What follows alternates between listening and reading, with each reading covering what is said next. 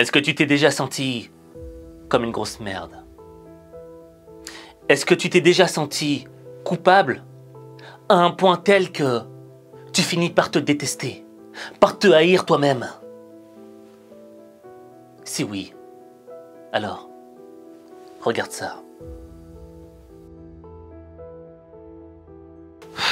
Je vais pas te mentir, je passe une période où je me déteste, où j'ai l'impression d'être une grosse merde. C'est dur, je suis dur avec moi-même, mais il y a une raison particulière. Tu vois, au début de l'année précédente, j'avais décidé de me mettre au sport et de m'y mettre sérieusement. Je voulais voir un changement, une transformation. Et pendant 5 mois, je me suis entraîné. J'avais un coach. Et franchement, après 5 mois, j'étais trop fier de moi. Pourquoi? Mais déjà parce que j'avais fait l'effort.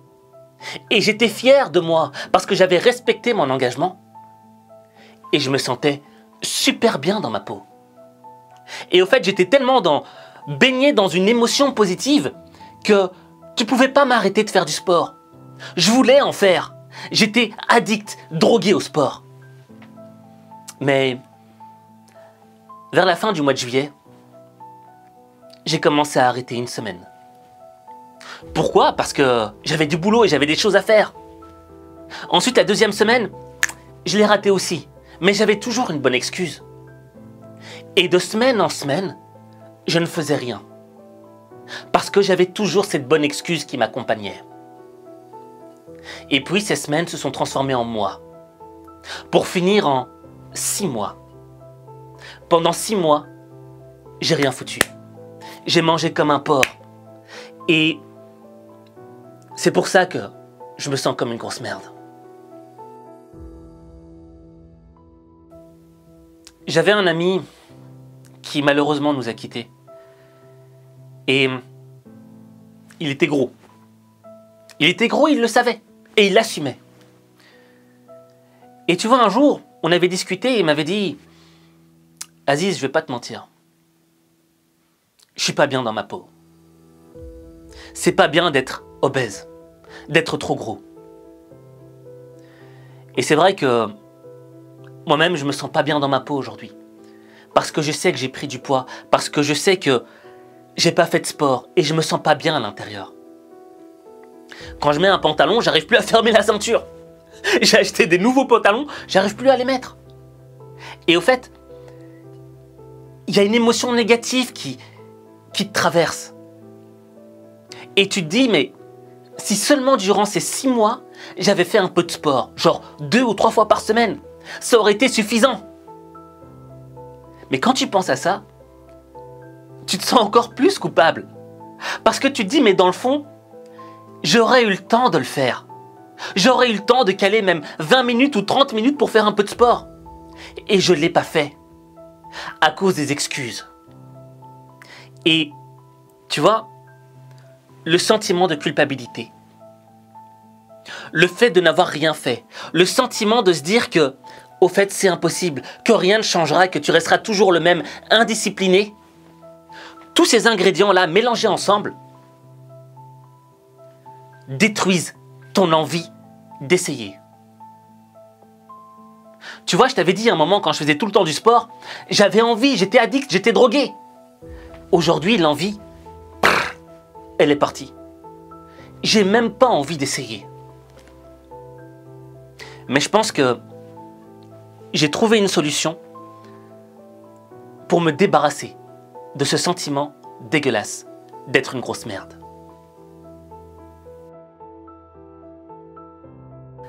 Cette solution, je l'ai trouvée grâce au manuel du guerrier de la lumière, qui a été écrit par Paulo Coelho.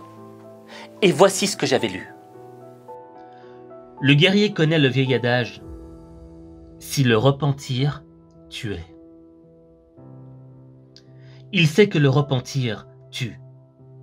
Lentement, il corrode l'âme de celui qui a commis une erreur et le mène à l'autodestruction. Le guerrier ne veut pas mourir de cette manière. Lorsqu'il se comporte avec perversité ou méchanceté, parce qu'il est un homme plein de défauts, il n'a pas honte. de demander pardon. Si c'est encore possible, il déploie tous ses efforts pour réparer le mal qu'il a commis. Si la personne qui l'a blessé est morte, il fait du bien à un étranger et dédie cette bonne action à l'âme de celui qui a subi l'injustice. Un guerrier de la lumière ne se repentit pas parce que le repentir tue. Il s'humilie et répare le mal qu'il a causé. Et tu vois, c'est ça le problème. C'est la culpabilité. On se sent coupable. On se sent coupable parce qu'on est conscient qu'on a été à l'encontre, en contradiction avec ce qu'on devait faire, avec qui on était vraiment. Et quand on s'éloigne de la personne que l'on doit être, on le sait. Parce que le cœur ne ment pas. Et on a cette émotion négative qui commence à habiter notre cœur. Et on se baigne dans la culpabilité. Et la culpabilité, au fait, c'est une grosse merde. Une grosse merde gluante, dans laquelle on n'arrive pas à sortir. C'est un peu comme un sable mouvant, tu vois. Un sable mouvant de caca. Désolé de dire ça, mais c'est la vérité. Parce qu'on a perdu l'envie. Quand on se ment à soi-même, on le sait. Moi, je me suis menti à moi-même pendant 6 mois. Et je le savais.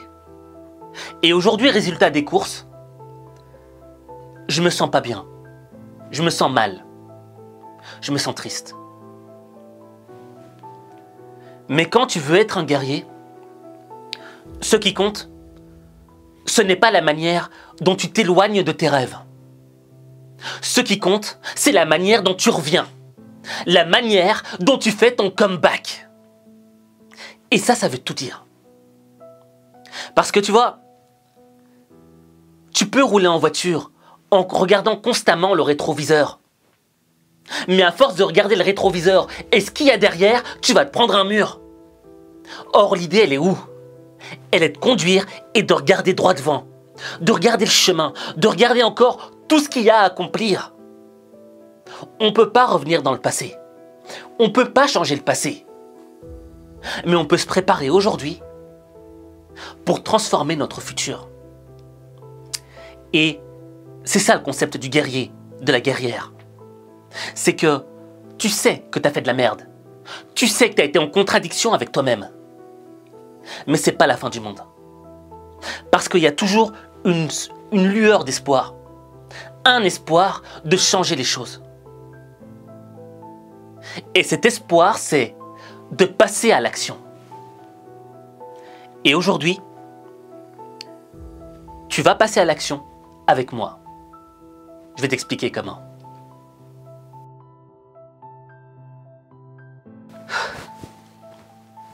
Bon.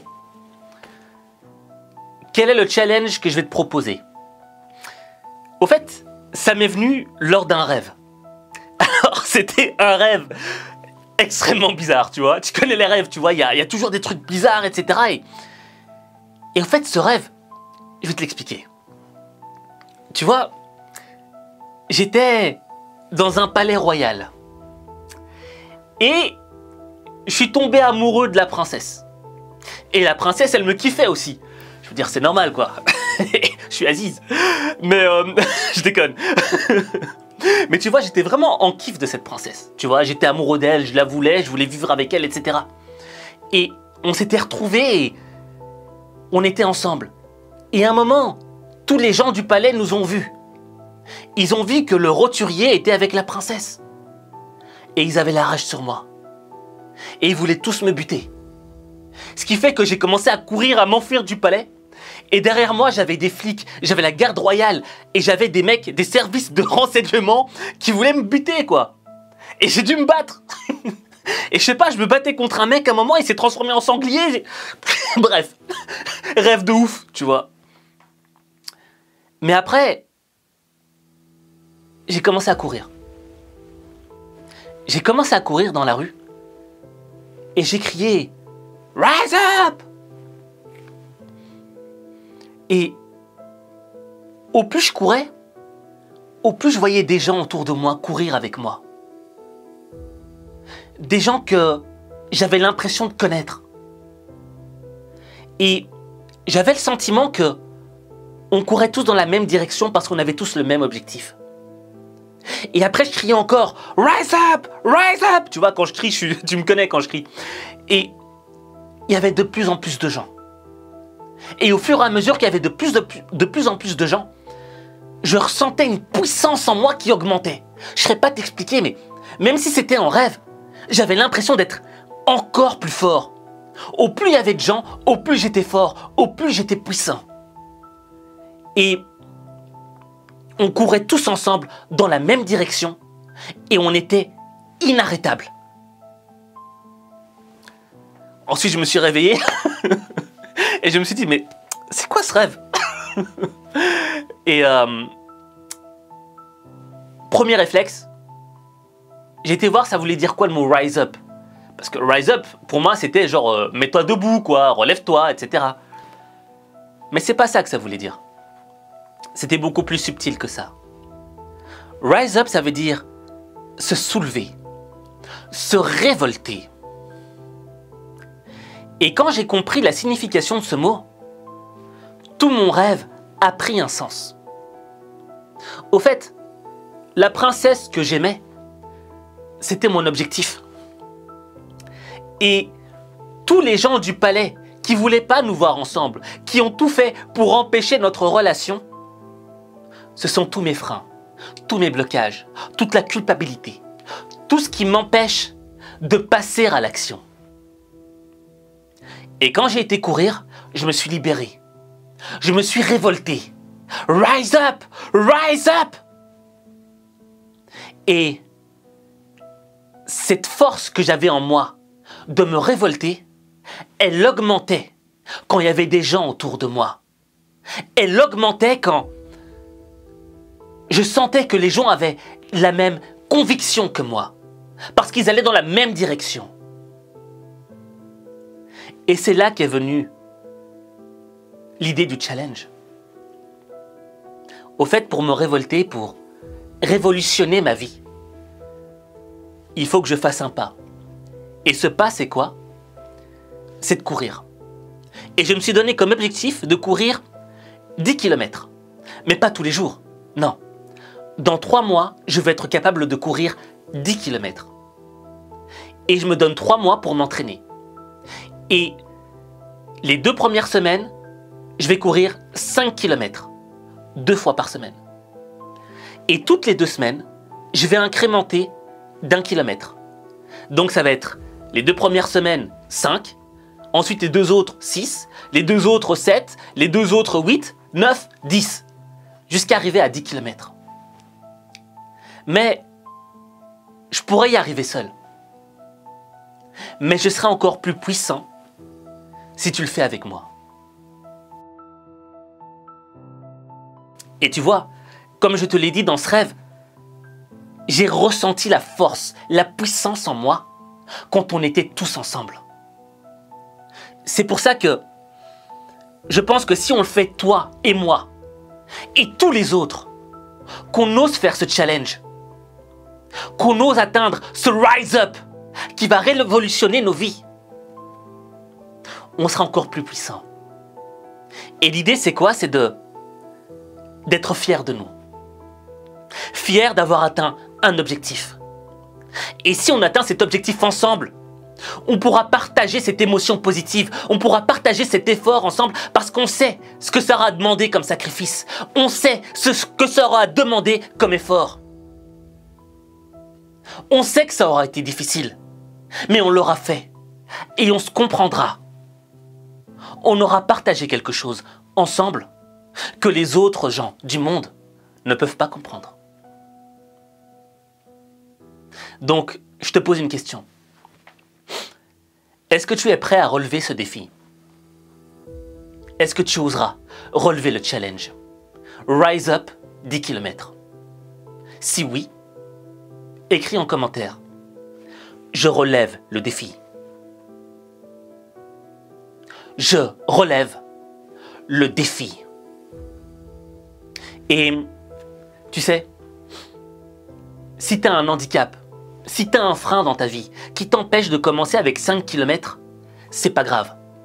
Si tu es sur une chaise roulante, donne-toi un objectif aussi, à atteindre dans 3 mois. Si tu as des mal de dos et que tu peux pas courir, alors au moins essaye de marcher 5 km ou même 3 km et d'incrémenter toutes les 2 semaines. Mais le plus important, c'est quoi? C'est que tu intègres ce challenge. Parce que on a besoin de toi. Parce que le simple fait que tu intègres ce challenge nous donnera encore plus de force. Parce que seul, on peut aller vite. Mais ensemble, on peut aller très loin. Et je pense que là, on est en train d'entamer une révolution tous ensemble. Parce qu'on va pas se mentir. On a vécu une période horrible, une période qui nous a touchés mentalement. Une période qui a été difficile à soutenir. Et il est temps de passer à la révolution. Et la révolution, c'est quoi? C'est d'abord la révolution de notre être. Devenir les maîtres de nous-mêmes. Parce que celui qui est maître de sa personne est plus puissant que celui qui est le maître du monde. Et moi, je veux que tu deviennes puissant. Parce que ta puissance rejaillira sur ma puissance. Mais ça, il n'y a que toi qui peux le faire. Il n'y a que toi.